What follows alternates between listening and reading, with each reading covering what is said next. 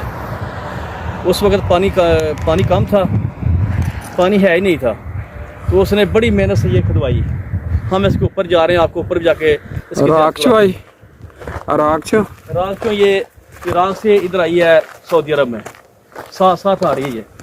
ये इसमें वो नज़र आ रहे हैं हाजियों के लिए, वो निकले हुए हैं पानी के लिए। वो ऐसे पानी चलता था और नीचे पानी आता था, और खूब सैर होके हाजी जो थे पानी गर्मियों में पानी पीते थे।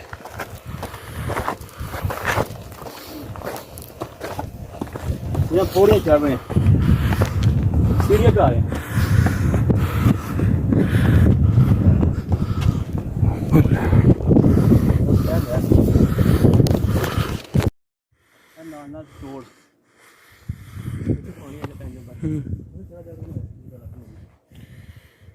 ये वो नहर है जो चलती है, कुछ थोड़ा ऐसे ख़त्म हो गई है।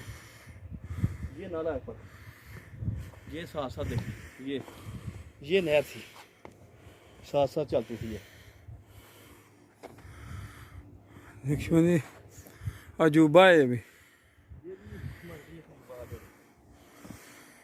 नहर थोड़ा सा आँदी ना आड़ी राख चो इंज वो तो 36 ही